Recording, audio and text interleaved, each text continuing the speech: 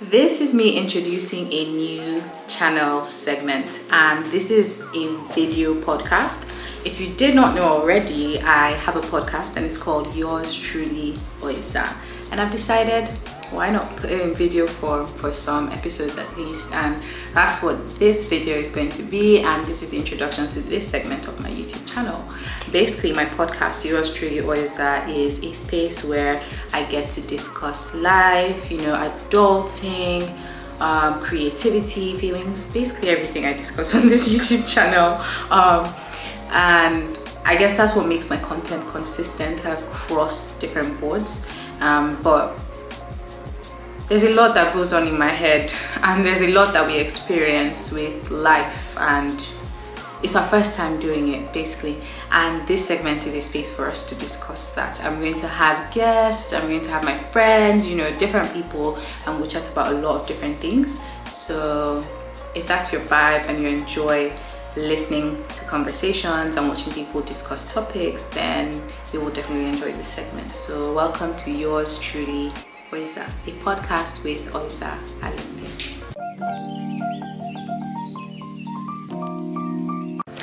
Hi guys, welcome back to my YouTube channel. If this is your first time here, I'm so excited to have you here. Don't forget to like, share, subscribe, and turn on your notifications so you don't miss anything. And if you're coming back, of course, I'm so happy to have you back. We have an amazing time on this channel. We do great things, so I'm sure you'll enjoy the ride. So today we have one of my very best friends, Ife, popularly known as Ife Alade.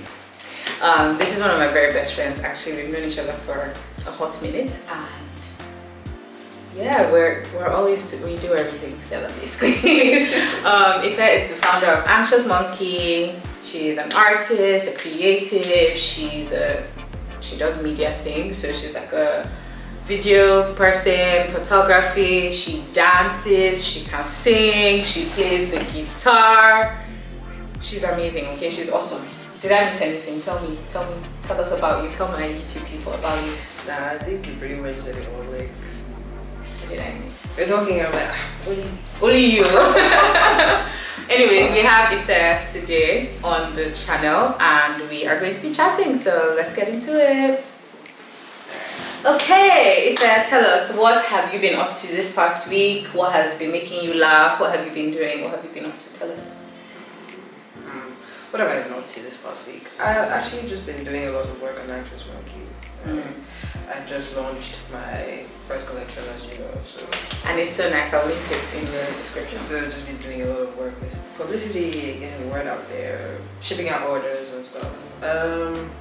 And I'm getting back into creating art a lot more. So I've been working on some new pieces, trying to get back into the flow. What's been making me laugh? Let's see. Angola and Nigeria's match. Hey! I joined the Twitter space. Oh my god. Nigerians are unruly. No, we're rude. We are an unruly bunch. Oh my god. Do you know that someone joined the Twitter space and was speaking Yoruba? That's one. Someone else joined the Twitter space and was playing the national anthem. Like, it was so funny. In the Angolan Twitter space. Yes, it's an Angolan Twitter space, and we went there to just shop. So playing the national anthem. it was so funny, and obviously the bands on Twitter as well have been so funny. Like the memes, the jokes, No, it's been crazy. it has been crazy. Especially the memes. The memes With the antelopes. I just hope that we win AFCON. Because if we don't, No, but do you know that it's even, actually fine. No, it's actually fine. even if we don't win, nobody can out-banter us. Nah. Like, they think that they will drag us, but they can't drag us more than we drag ourselves. Exactly. So we win. And either I think way. that is why we're so unhinged. Yeah, because we're not well. We're not okay. Because if it's the people that know that if we do too much, they'll drag us. So we'll be scared. Yeah, because we can't even wait to drag ourselves. Exactly. So yeah, it's go big or go home. It's premium. It's premium banter. Loved it though. So yeah, that's been keeping me laughing. That's nice. That has also been making me laugh as well. I think for the most part, that is what has been making me laugh. And Twitter makes me laugh all the time. Like, I'm always on Twitter, and there's always jokes. I'm not really on Twitter that much. Why? I find Twitter very heavy. Like, I get that. toxicity is much. I get that. No, I get that. I tried sometime in 2021. Mhm. I had this phase where I was going and then coming off and going back. And at some point I'm like, why? You know what? It's fine. It's not for me. I don't think I can use Twitter. Like, if it comes to paying a subscription for Twitter, I feel like I will pay. You pay money to be on Twitter. I will pay money to be on Twitter. I don't think I will pay a subscription for any other social media platform, but I will pay to be on Twitter. Twitter is too. It's so funny. It's bad. It's terrible. I never see the funny part of it though. I always just get your the toxicity. Your TL is not. I always just get the properly. toxicity. It's You not. need to It's curate not funny. You need to curate yourself. It's just heavy, and I'm seeing things like it is heavy. Yeah, no. It is heavy. Like, especially when there's very heavy conversations happening on the timeline, like, you know, abuse and takes everywhere. That's why it's funny, because mad people are talking and nobody is stopping them. Everybody can talk. It's so, I love it. And I think that's the problem for me with it. It's a lot of noise, and you get to see everyone's thoughts in one place and everyone's opinion on a particular thing. The ones that make sense, the ones that don't, and it's just. Yeah, I mean, it's definitely a fine balancing act. Like, even me that loves Twitter, I'm on and off Twitter. Yeah. I take extended breaks off Twitter, especially like you said, when it's super heated. Like, there's certain topics on the timeline that once that's what we're talking about back to back, I have to leave. Like, anything gender-based violence, sexual abuse, all of those things just become a lot for me, and I just have to like unplug. But again, that's what I was saying about curating your timeline. It's a fine balancing act. Like, you can mute words, you can unfollow certain people, follow only a certain type of people. That way, what comes to your timeline is very niche. Yeah, again. My timeline is goated. Like, Twitter is because I want to be a Twitter person. That's the funny thing. I want to exist on Twitter in a way that I can show up there, right? But all the times I've tried, it just doesn't really work out. So fair enough. Who knows? Maybe this year will be. This year will be the year. Please, let's use this moment to say that I don't know what Elon Musk is doing. I need him to not break that app. I need that app. Hasn't he already broken it? It's broken, but like it works. Isn't it even not Twitter anymore? X. Yeah. But like, who's going to call it X? Me. No, that's Twitter. Anyways, I need him to keep that app safe. Already he took away close green circle. I wasn't pleased with that. Like the close friend thing. Yeah, because that's why I used to tweet all my own unhinged thoughts. Because I have decency. I don't just tweet unhinged things that the whole populace. Okay. I tweet my unhinged thoughts to my niche circle. When the closed circle thing, what's it called? Closed circle. I don't remember. Green circle. Circle tweet. Circle. People have burner Twitter accounts. Yeah. For that purpose. Yeah. So with that, was that not the elimination of the burner accounts, or do people still have that? People still have burner accounts. I have a burner account. So what? How do you decide what you? My burner account doesn't have anyone on it. I tweet on my burner account for myself. Nobody follows my burner account. Okay. So it's like a diary. Nobody follows it. I follow people, so I still have a timeline, but it's not because I follow maybe 20 people. Okay. I don't even follow like my friends.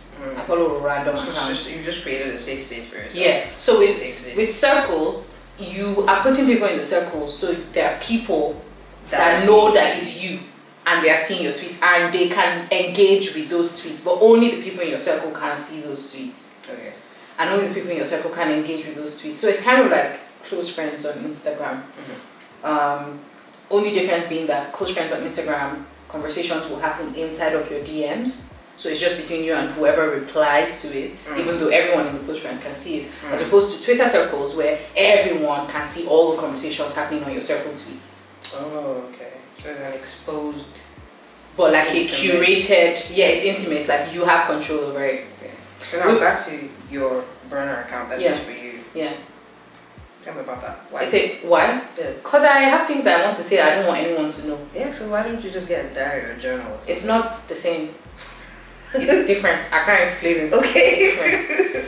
It's different. Okay. Please, let's not go into it. No, fair enough. Yeah. It's a lot to unpack, but it's different. Anyways, thank you for sharing that. No problem. We are going to answer a question of, you know what? Backtrack. we are going to answer a question of a deck of cards that I've been working on for some time now. They're called the Yours Truly cards. They will be available for sale sometime this year. I can't give you a date just yet. But they're basically conversation prompts, conversation starters, not an affirmation deck. So it's not affirmations, it's questions. Okay. That help you connect with your friends, connect with people in your life, also connect with yourself, so you can use it for introspection. So is it like a card game? No, it's not a game. It's just a deck of cards that have questions on them.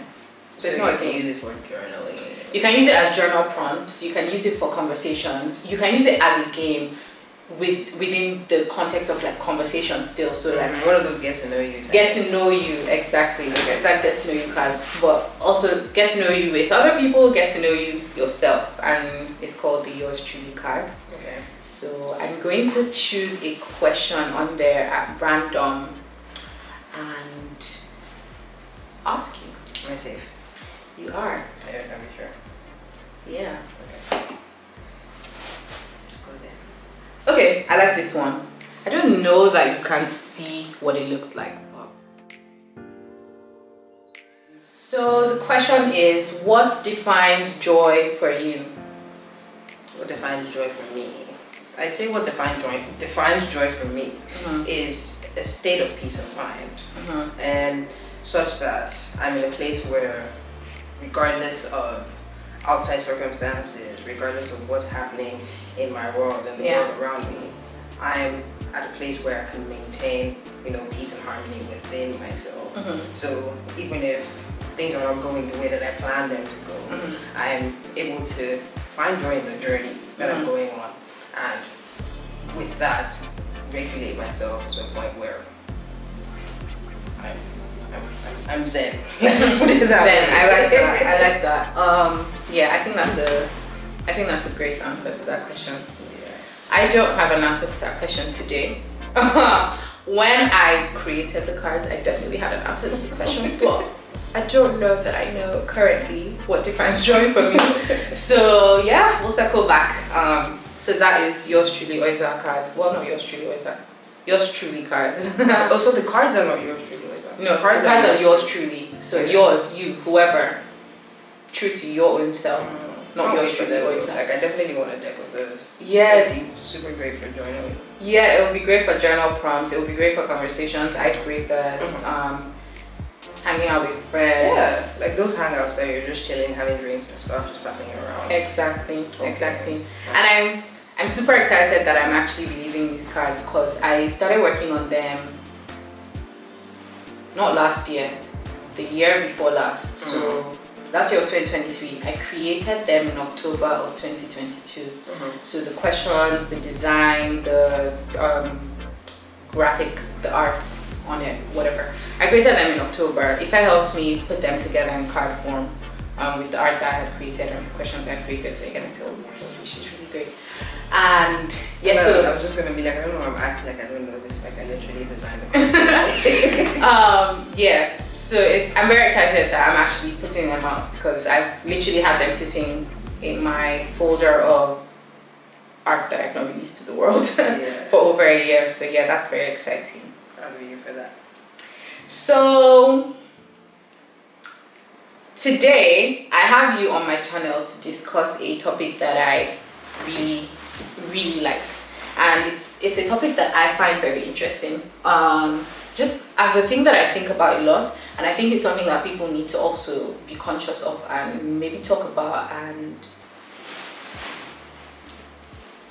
just discover for themselves, basically. And it is the subject of taking ownership of your own feelings, taking ownership of your own happiness. And not just as a broad subject, but within the specific context of ownership of your feelings and happiness outside of the roles and confines of your relationships with other people. And what I mean by that is, you know how, and this is something that is very African parent coded, they make so much of their lives their children that outside of their children they don't know who they are and they don't really know how to exist outside the context of mother. father, parent. And that's why oftentimes you see that they in many ways try to control the narrative of their children's lives or dictate what their children's lives are. And when their children don't toe that path, then everything has scattered. Like now you have ruined my life. Because now who even am I if you are not a doctor? I'm mama doctor, do you understand? Like yes. So and also for like women, I think this is a big thing for women, where we define ourselves and our happiness and our fulfillment on such a large level comes from who we are in relation to other people. I'm a good wife. I'm a good girl before I become a good wife. And then I'm a good sister. And I'm the choir mistress. I'm a good church going girl. Yeah. And these are not bad things. Yeah. But we know that life is very unpredictable and things can go south very quickly. So what happens if you're not one of these things? Exactly. What happens when the curtain is pulled back or an earthquake, something shreds your life as you know it to be. Now what? Yeah. And also people that, in relationships, like your happiness, your fulfillment, everything stems from the fact that your intimate relationship with this person that you're partnered with is working. And that is the sole pinnacle of the joy and your existence. And then what happens when the relationship ends? What happens if the person that you're with turns out to not be who you thought they were? Now what? Now what? You're thrown off and left questioning your entire self and your entire being, because who are you outside of these things? How do you find happiness? How do you find fulfillment outside of these things? It's such a huge thing. I don't think a lot of people settle down to. I don't think a lot of people settle down to think about it, or even it's not something that is even largely discussed, because I don't think it's something that's even known to begin with. Yeah, right. Because I always see in books and movies and all of these things where, especially with parents again, where they're talking about the empty nest syndrome, right? And obviously there's the people that for them it's different, because it's we can't wait for our children to leave the nest because we have all the things that we want to do, and so we can't hurry up and go so that we can now live our lives, which is also problematic, but it's even better than other people where now they have nothing else to do themselves. Because on one hand I'm great, your children have left the nest, so now you can live your life. But life is so unpredictable though. God forbid you die before they leave the nest. You've not lived at all, because you're waiting for that moment. Do you understand? Your entire life up until the point that you've died has been being a mother. Has been being a mother, being a father, and just doting. And you haven't lived for yourself at all.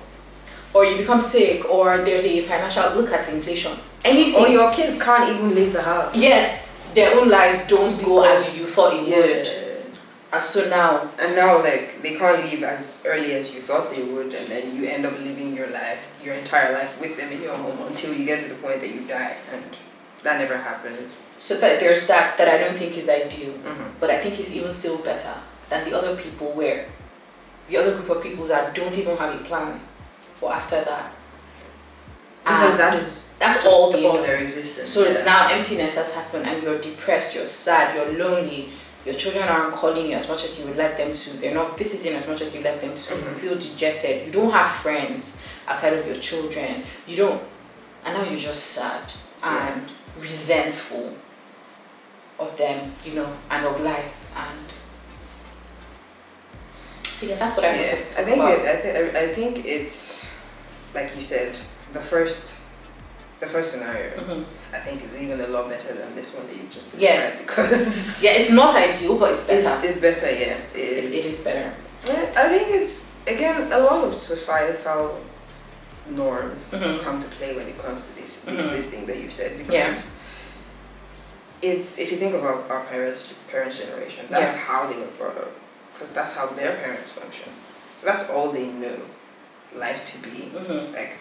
I'm brought into this world to be this person. This is my purpose. Just right from the time that they're born and they're going to school, they're taught you have to, if you're a man, you have to be you have to grow up to be a responsible man so you can take care of your family. That is your purpose in life. If you're a woman, even worse, you've come to this world to be a mother, to be a wife, and that's to, you know, cook food in the kitchen. That is your purpose in this life.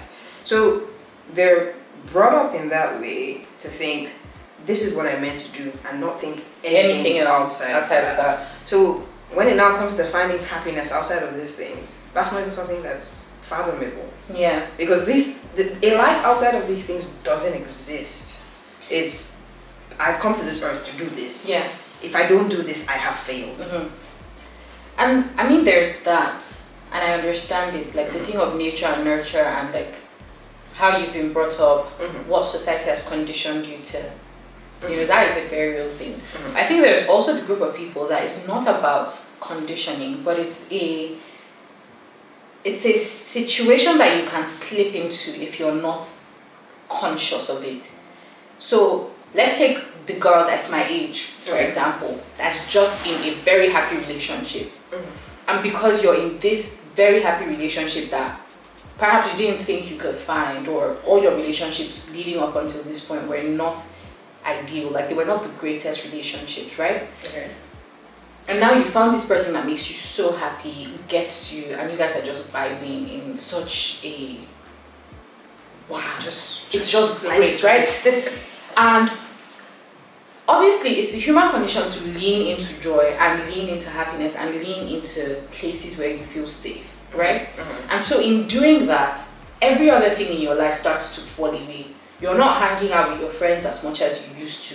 You're not doing the things you used to do before. You're not doing your hobbies as much as you used to. Your entire life becomes this person. And now you don't know how to be happy outside of this person. You don't know how to exist and find fulfillment or anything outside of this person. And so God forbid the relationship ends. Now you have nothing else. So it's very much, yes, there's conditioning, but it's also very much just a thing where you can slip into it if you're not conscious of the fact that you are sleeping. Hi, midnight.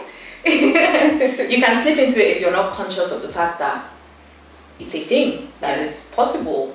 Do you understand? Yeah, that makes sense. But I would say, isn't a part of that though?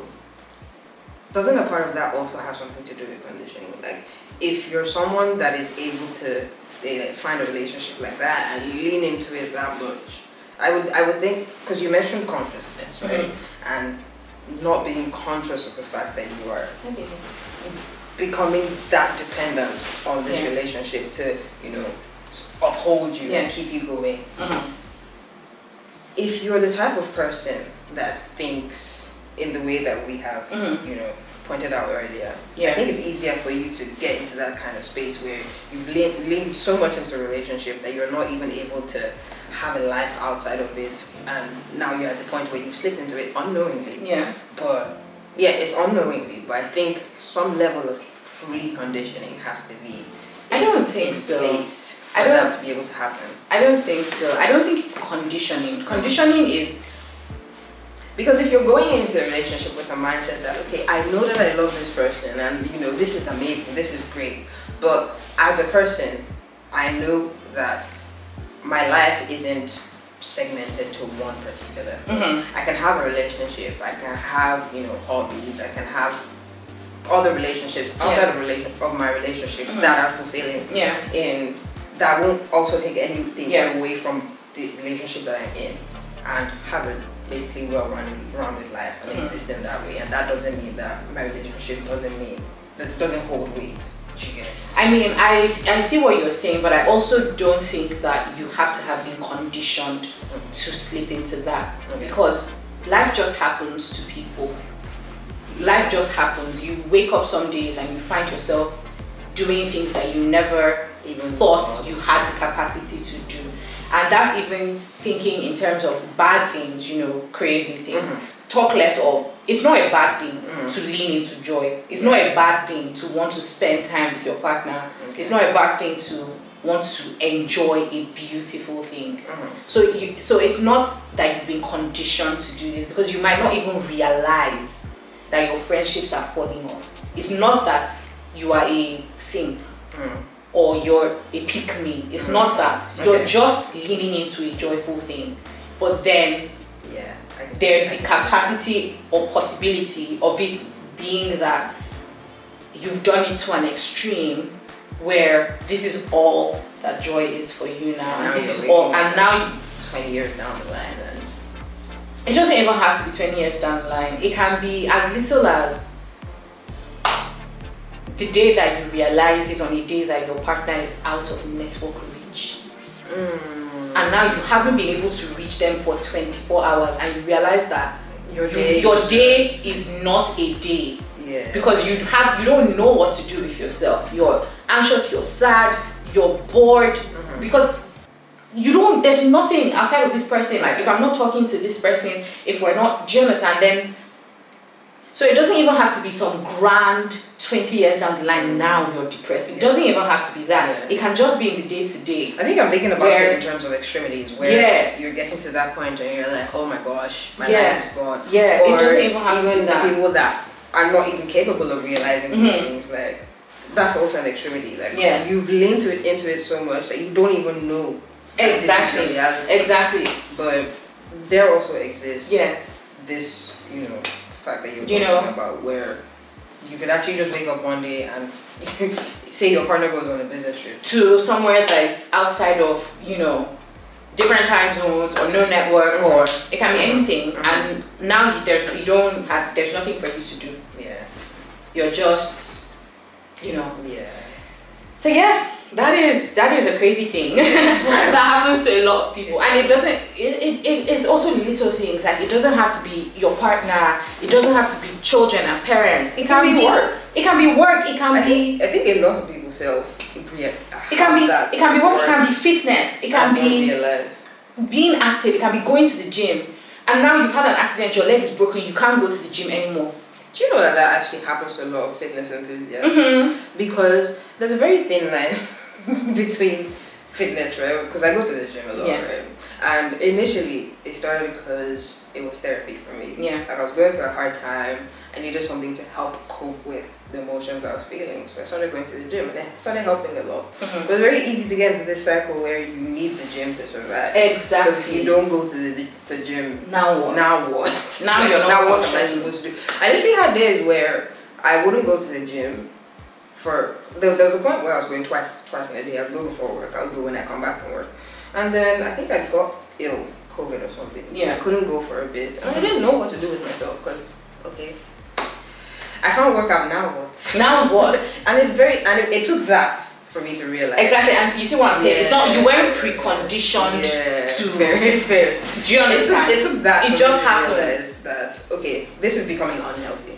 And then you now start to take steps to, like, how do I fix this?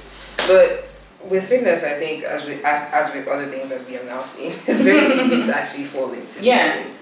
And then when you get into them, I think for me, what I was thinking about when we were talking about our conversation just now was not realizing that you've fallen. But if you're in a place where you're self-aware enough to know that, I've come to this place where this is unhealthy, I need to take steps to fix this, then what are the steps that I need to take? Exactly. That's a whole different ballgame on it. So like the thing you said about the gym now, and how you just slipped into that, I think it's just important to first of all understand how happiness and joy and your experience of joy and happiness and like your sense of self should be an internal thing. Yes, there are external factors, and yes, it's okay to find some sort of sense of self and fulfillment and validation from being good at these like external things and enjoying these external things and having these great things outside of yourself. But I think that the first step is just being conscious of the fact that these things should be an inside job first of all. I think, right, when it comes to finding joy and happiness and whatnot within and in oneself, right? Yeah. I think the major issue is the misconception as to where happiness comes from. Okay. In the first place, right? So a lot of like these things, you think your happiness comes from being in a relationship that makes you happy, or is nice, or is good, or going to the gym makes you happy. But these things I've come to learn are not even ever a cause and effect thing. Yeah, happiness occurs because of, you're in a relationship that makes you happy. They occur simultaneously. So you're able to think that you're happy because of this relationship. But when you think about it, I've learned that these things give you an outlook that makes you appreciate life, because to you, you're living a good life because you have this thing, and because of that, it evokes the feeling of happiness within you, because you're appreciative of these things that you have. So I found that when you think about it in that sense and learn where happiness actually comes from, because at the end of the day, it comes from within you. Yeah. It's like at the base of everything, even in these situations, even in these situations where it's coming from a relationship, where it's coming from, a good job, or the gym, or stuff like that. At the end of the day, it's still coming from within you. But you just think it's coming from these things because you don't understand where happiness comes from to begin with, right? So if you take that and flip the switch and be like, just run through it backwards. Like, okay, I'm more appreciative of life because of this thing that makes me feel like I have a good life. If I find things to be more appreciative of, that in turn evoke the feeling of happiness for me, then I'll be able to build happiness in and of myself. But couldn't that end up putting you in a place where it's a rat race and you're constantly looking for the next thing to make you appreciative of life so that you feel happy? No, that's the thing. You're not looking for outward things that are making you appreciative of life. Yeah. It's things in and of yourself, and that's why you're building happiness within yourself. Because it's like, me as a person, say I have previously found my happiness from, let's use fitness. That's something I'm passionate about. I go to the gym makes me happy. That's all I know. Yeah. And I'm in a position where I'm not able to go to the gym anymore. I'm sad because, what am I gonna do? How am I gonna find joy in life anymore? Yeah. Right. And then I've learned that, okay, the gym was making me happy because the gym was, making me feel like I had a good life. Like I had some sort of routine. Like it was making me more confident.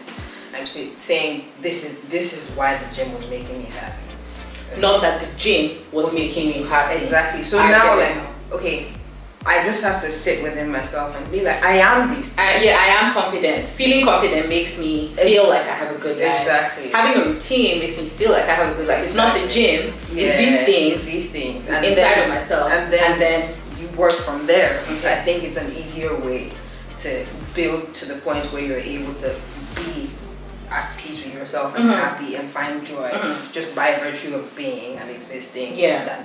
Holding on to things. Yeah, definitely. Yeah. I think outside of things, I think the focus for me really is relationships.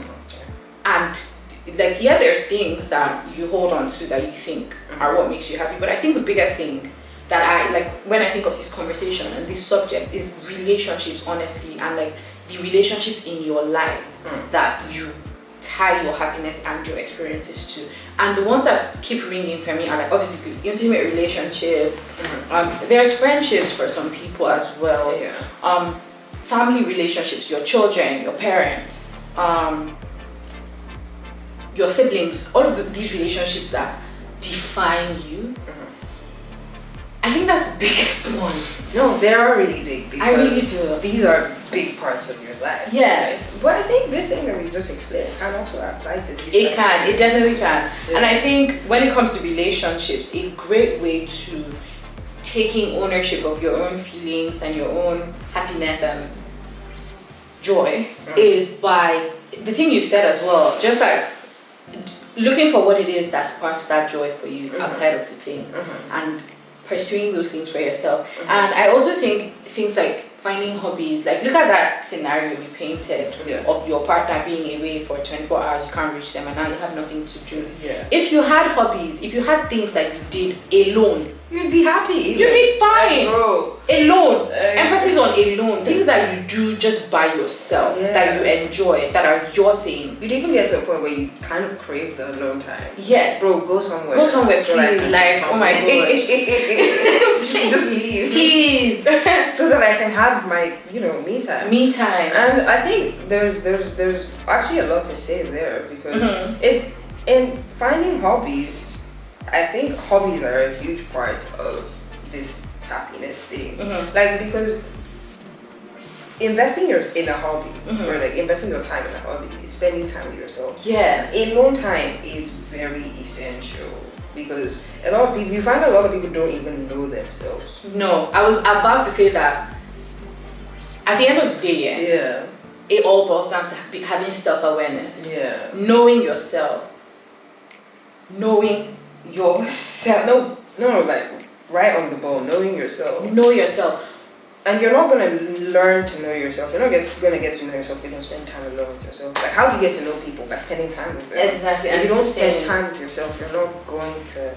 Exactly. And there are people that are scared of being alone. And I understand it. I don't knock it. I understand it. People are going through a lot. Yeah. Sometimes the voices in your head are loud as hell. Yeah. And being alone and just going through all of that is very triggering and it can be very difficult. For people that have experienced trauma, they need the noise. They need the noise. But it's not healthy. On some level, I feel like the only way you can even confront those things is by leaning into the silence. The only way you can confront the fear is by facing the fear. Like, if you don't sit with the voices in your head, they're going to taunt you. Forever, man. Yeah. If you don't sit with them. And I had to learn that the hard way as well. Because, I mean, we thank God for growth.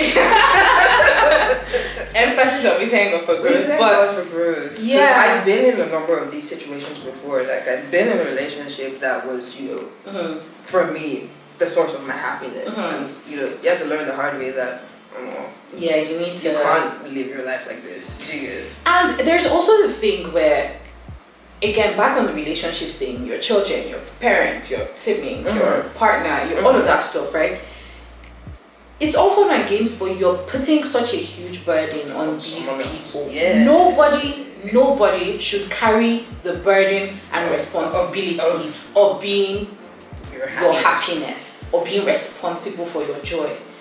And it's too much of a load. And I think the sole reason for that, I think it might be too deep to say the sole reason, but I think one of the most, what did they call them? One of the most prominent reasons for that is the fact that people don't see outside of themselves. So they don't understand. Talk about it. They don't understand that other people have as complex lives as you. So when you don't think like that, it's hard for you to. It's like, it should be easy. Yeah, now don't you love me? Like, but you love me. But you love me so. But you're not thinking about the fact that this person has this. Okay, maybe not the same problems that you do, but they have problems in the way that you have. Equally like important. Equally complex and very vastly spread out lives. Exactly. And are struggling in the same ways that you are. So if you're putting all of your happiness as a loan on them, how? Then where are they supposed to put theirs? Very good question. You're asking the right and questions. Then it's this thing is it's such a huge thing, right? And just coming to a place where you're able to step outside of yourself and see people, like actually see them as multi-dimensional, vast, just complex. It's easier said than done. It's very easy to say. It does so much good. I remember growing up, I used to have a lot of misunderstandings with my mom. We used to have a lot of misunderstandings and we used to, fight a lot and just butt heads. And I think one of the things that really helped me growing up was seeing my mom as a person, not my mom.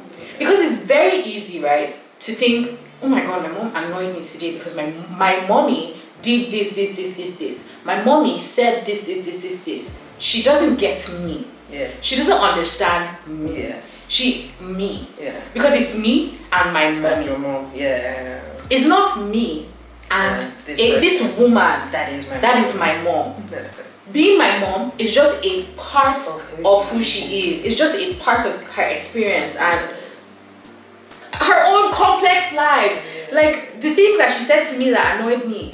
Why did she say it? Why was she so short with me? What kind of day did she have at work today? What did her boss say to her? What did her subordinates do? I think that's a very hard one though. Just on the drive coming home. It's very hard. The keke napep guy, did he scratch her car? So many things. She's a person. And then she's a person that happens to be my mom. Your mom. Yeah. It just gives you so much perspective. It doesn't excuse that. No, it doesn't. But it puts things into perspective for you. And I think the relationship between kids and parents is one it's very hard to see your parents as I think it's when you grow up that you even as an adult, right? If you're not looking to grow as a person and building your self-awareness and stuff, you still might not get to the point where you see your parents as people. And it's also the flip side where parents, again, African parents, Nigerian parents, my dad said, "This is my show." She said, "Give me attention now." I command you. Anyways, I was saying it's the flip thing as well, where parents, African parents, Nigerian parents, also because these are the parents I know. Yeah, can't speak on anyone else's parents. These are the ones I know. Also, don't see their children as people. Yeah, they see their children as their children, and that's the annoying part because we're talking about doing all this work and getting to a place where you're self-aware, you're emotionally aware, and you're seeing your parents as people.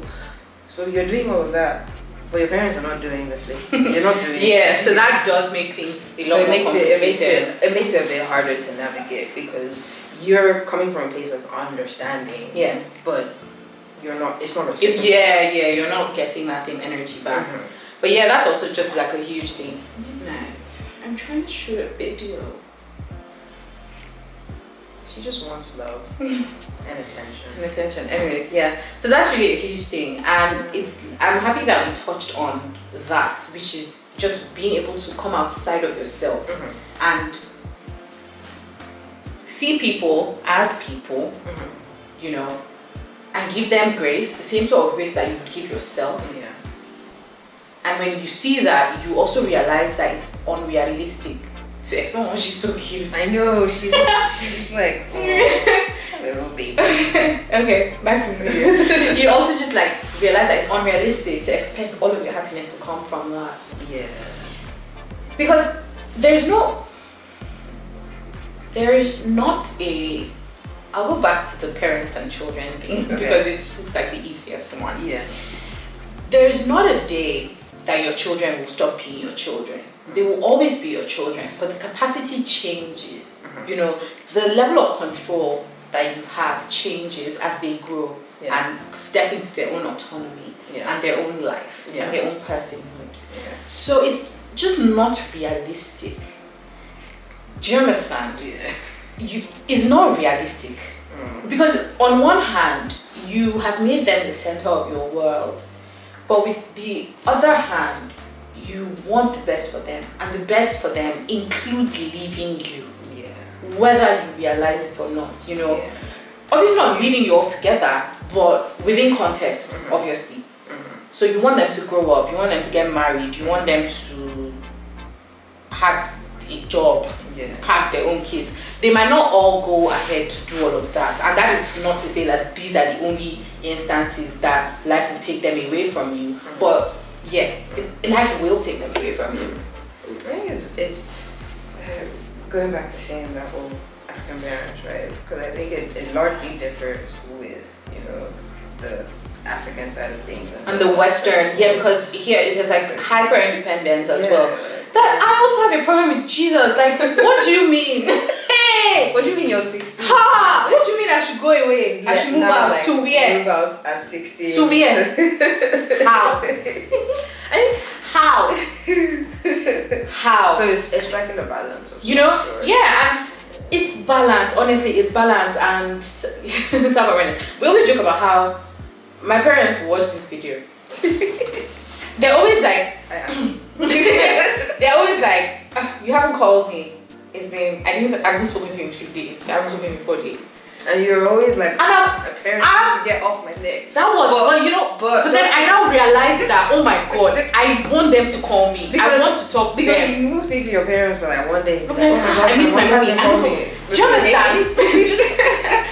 Yeah, because like, there's the independence that you want at a certain time where it's like, oh my god, these people are just always consent. It's consent. It's consent. It's consent. It is. It's like I want to know that you're my 21st ever, but like I want to feel like it's my choice. Exactly. There's my choice to contact you.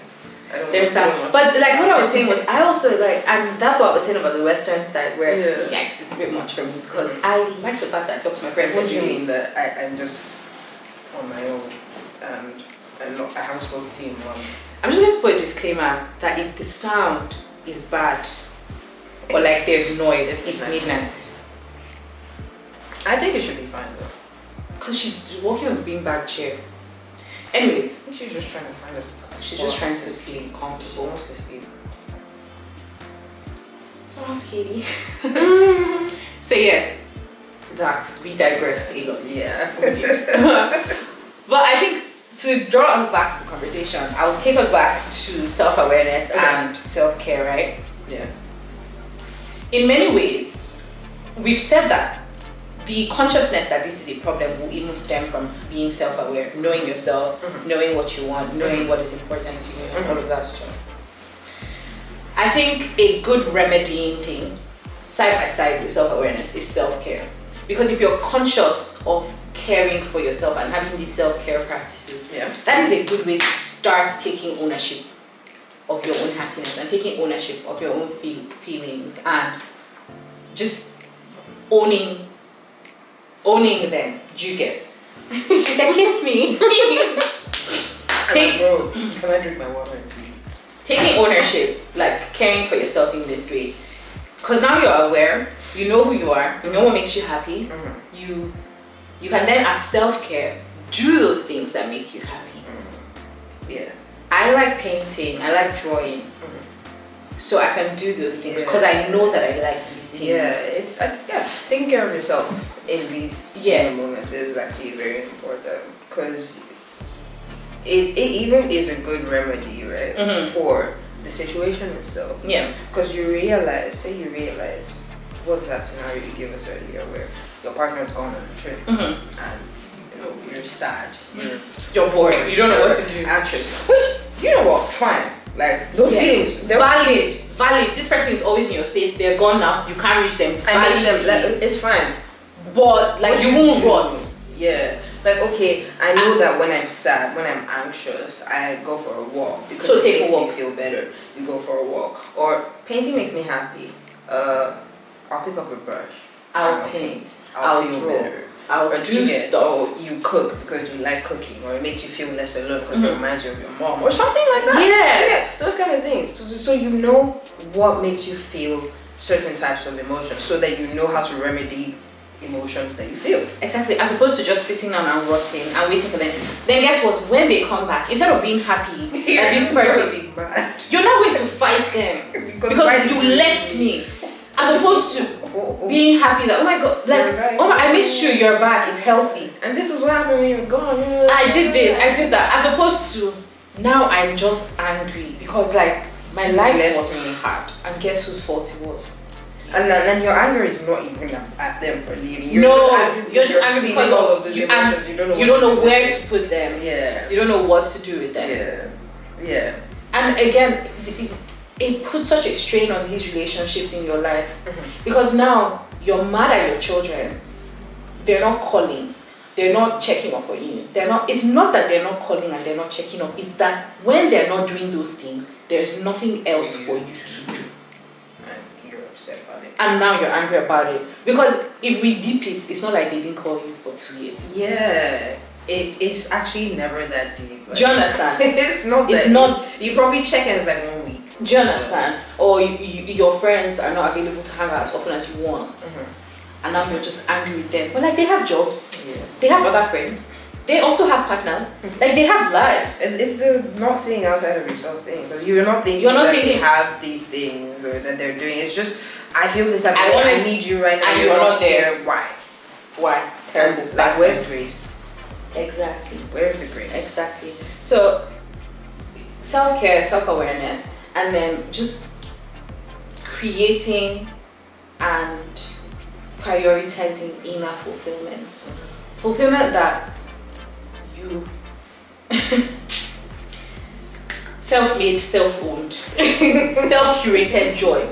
Because it's also just not, again, realistic and sustainable to outsource all of your happiness. You have no control over it. All of it. Because I see no problem with like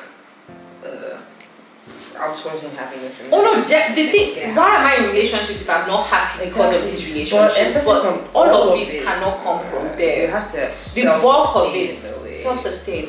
It is not sustainable. You have to have control over it. You have to own it. Because, oh my god, life is just so unpredictable. Things change with such a quickness.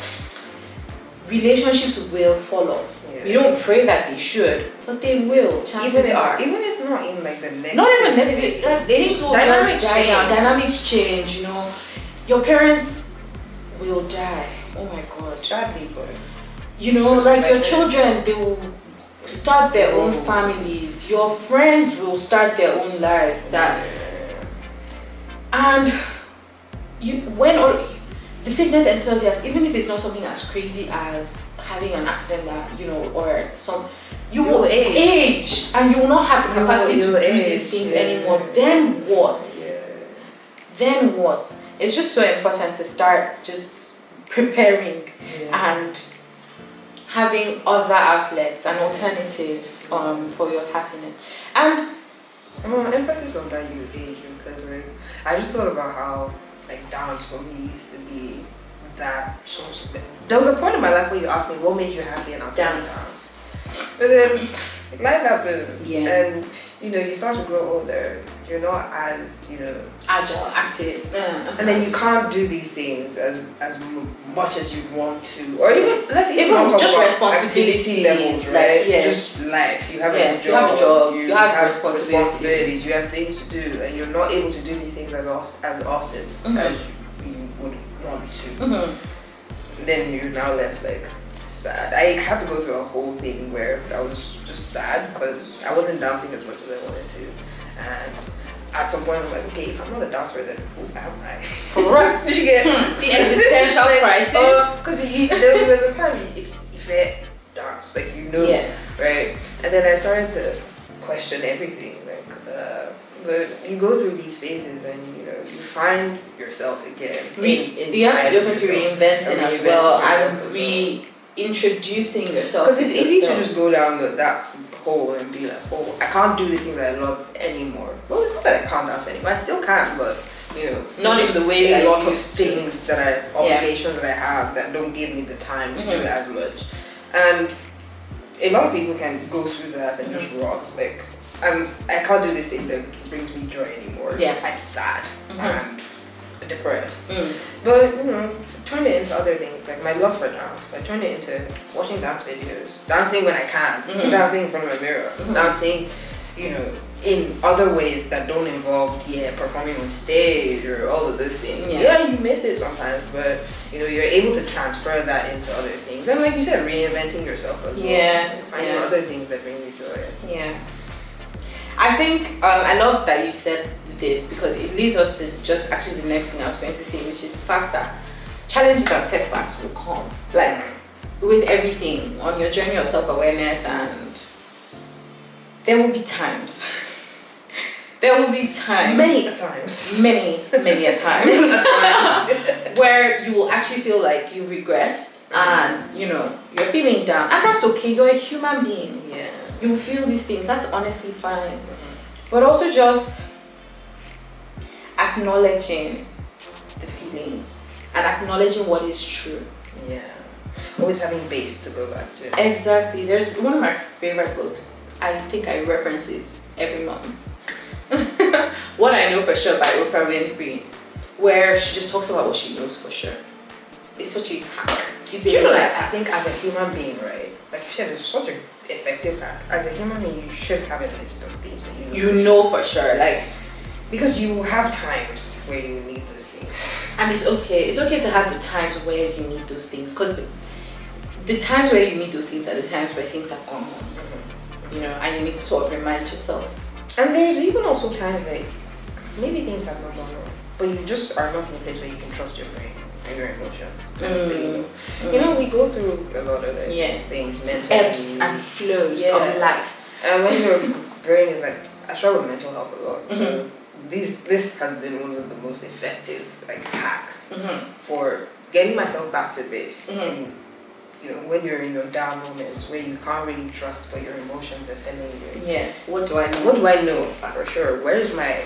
I literally have a like I get down somewhere where I go to my journal. What I know for sure. This is what I know for sure. So that you are able to, you have receipts. Yeah. To say that this is what I know. This thing I'm feeling is not true. Yeah. I know this. Yeah. And you'd say, okay, I know these things. No, but sometimes you need to remind yourself. You need to write them down. For me, I think you need to write them down because it's very easy for the things that you feel to trump the things that you know emotionally. Yeah. But if you have a visual aid where you see, because if you're seeing it, that means at some point you sat down and you wrote it. For you to be able to sit down and write it, that means it's true.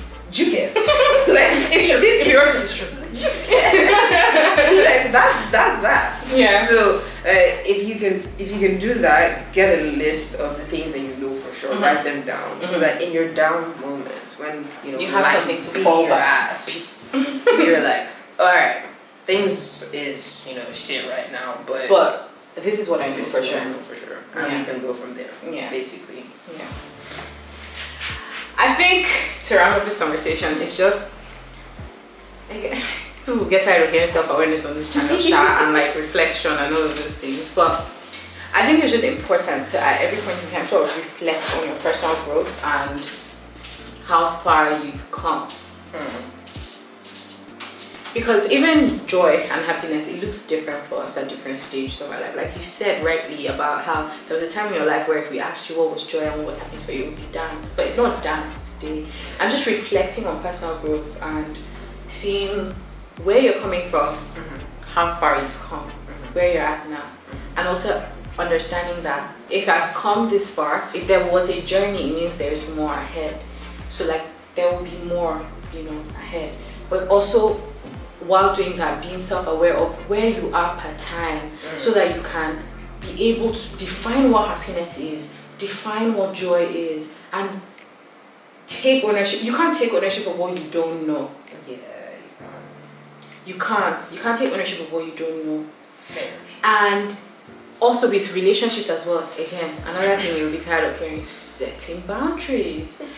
Because if boundaries don't exist in these relationships, then it's easy for anything to go and these happiness things to, become an issue and strong on the relationships. Yeah. So I agree there 100%. Boundaries very important. I feel like a lot of people see boundaries as this scary, uncomfortable thing. Like if you're setting boundaries with me, it's like, ooh, do you hate me? Why would you tell me not to call you before 8 a.m. I'm sleeping because I want to have peace and quiet. And boundaries are so important, and they can be set in a way that is not, it's not, I love you, but these are things that have to be put in place for me to be able to exist optimally. Yes. Right? But with setting boundaries, I've heard a lot of stories or seen a lot of situations where it has turned into frictional situations because, I'm this person to you, why would you tell me that? Like, even if you tell anyone, why me? You should have boundaries with everybody. I think that most times people that struggle to understand boundaries that other people set are people that don't personally have any boundaries. Oh, definitely. Because boundaries, we like to think of boundaries as things that we set for other people in how they relate with us. But boundaries are things you can set internally as well. You can set boundaries with and for yourself. Yeah. maybe there's a thing that you like to do, or you have a habit of doing that you found to not be beneficial for you, and you can set a boundary for yourself that, you know what, I'm not going to do this anymore. That's a boundary. You respect it for yourself, and that's why it's easier to then set boundaries for people in the relationships that you're in. It's just the way people see boundaries in general that I think causes this. If people think more boundaries are things for themselves as opposed to, oh, I'm blocking you out of my life just because I don't want you to exist in this capacity, then I think it and even that is okay. So what? Like, am I not giving out of my life? Fair enough. As I don't want you in this capacity. Because like, even for instance with parents, like say you're the kind of person where you don't want to talk to anyone before 9 a.m. Because I think that's a boundary that I'm even working on eventually setting, like in my life, right? Saying, okay, before 9 a.m. in the morning, please don't call me. I don't want to talk to anybody, like, no matter who you are, just don't call me. If you call me, I'm not going to answer. But then you have people like your parents that wake up and first thing in the morning, they want to call you and you don't answer, and now it's a problem. And then they're like, why? Did something happen? No. So if something happened, why? Do you understand? I get that. This is why. And then you have to explain that it's just my personally I don't want that. Because I've realized that if I go straight into the morning talking to people or having other people, I'm not focused. I'm not focused. I'm just anxious through the day. I feel like I'm not grounded. So before this time, don't call me. After, fine, no problem. You explain that to them and they're like, okay, but why? But I hear you. But why? Like, am I not your mommy? Do you understand? So it's hard, these conversations, setting boundaries in these ways, because especially when you're dealing with people that don't understand. If you're dealing with people that get it, like you have friends that are as self-aware as you are, and you tell them, you know, I've set this boundary, please respect it. They're like, okay, fine, fair enough, great. But you also have people in your life that are not as self-aware as you, and not as emotionally aware, and don't understand these things. And you're trying to have these conversations with them, and it's hard. Because they just don't get it. And now you are being tested because you just have to keep trying. You just have to keep communicating. I guess sometimes you have to be strict with your boundaries. Where they don't have to understand people. When you enforce it long enough, they will get the message. Like, okay, they will keep calling you at 9. Before 9, you stop answering. So by the time, eventually, muscle memory. By the time they realize that when I call Ife 8, she doesn't pick. 8:30, she doesn't pick. But if I call her at 10, she'll pick. So they will start calling at 10. Yeah, there's just you have to teach them into it, isn't it? They will start. They will start calling. Oh! Midnight. Well, I guess that's the end of the video. He said, I guess that's the end. Anyways, this was a really nice conversation with her. I'm very, very happy that you came and agreed to record this video with me. This is the emphasis on agreed, like it took a lot. But I'm very happy to have you here. You're the first guest on my channel. You are also this is the first Yours Truly Oiza segment, and you're the first guest on that as well, so that's very nice. Pioneer. She has pressed. She's on some violence. No, like, look at it. Leave his face. She has pressed spoil. She said, wrap it up. You're done. That's okay. You're done. Anyways, as I was saying, thank you so much. I really enjoyed this conversation. I hope you guys enjoyed it too. Tell us where we can find you on socials and the internet. Yeah, all of that. You can find me at the Ife Alade on pretty much everywhere. I'm not on Twitter for the time being, so don't go looking for me there. Instagram, TikTok, I don't know.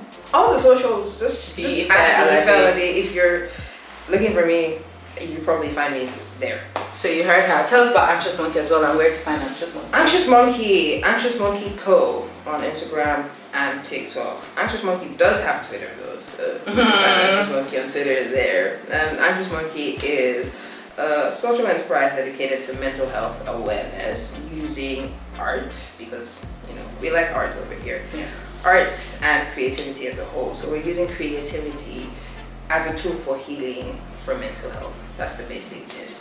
You should check it out though. A lot of cool things are going on there, so take a look. They released their first clothing line. First collection. I was looking for the English. First clothing line drop. The first collection, and the website where you can shop is www.anxiousmonkeyco. Thank you. That brings us to the end of this video. Yours truly, Oiza. If you liked it, please don't forget to share it with your friends, subscribe to the channel, turn on your post notifications, and I will see you on the next one. Bye. Bye.